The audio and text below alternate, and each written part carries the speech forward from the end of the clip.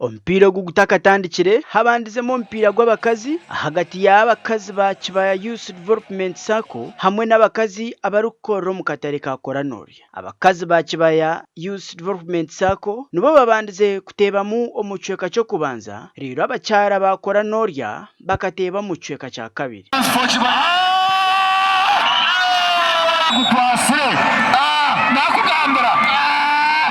Aba bahendire bari kusumura za penalty ahu abakyara ba Koranorya basingire aba Kibaya Youth Development Sacco na gora 6 ahari 5 nukwe kwehangurira embuzi.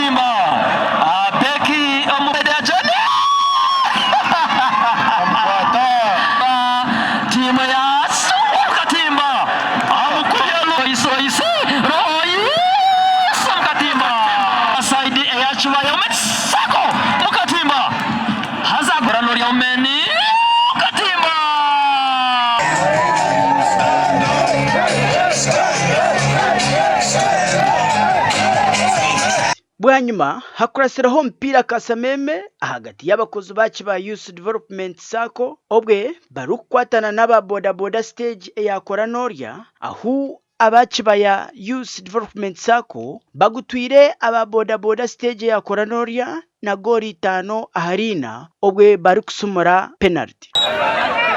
Ian bakubona Ian smartly agala Steve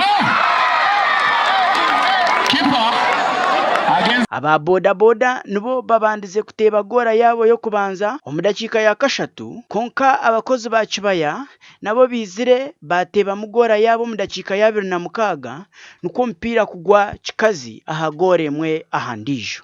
Aba nabo bahendire bari kusimura za penalty ahu abakozi ba Kibaya Youth Development Sacco basingire aba boda boda na gori 5 harina.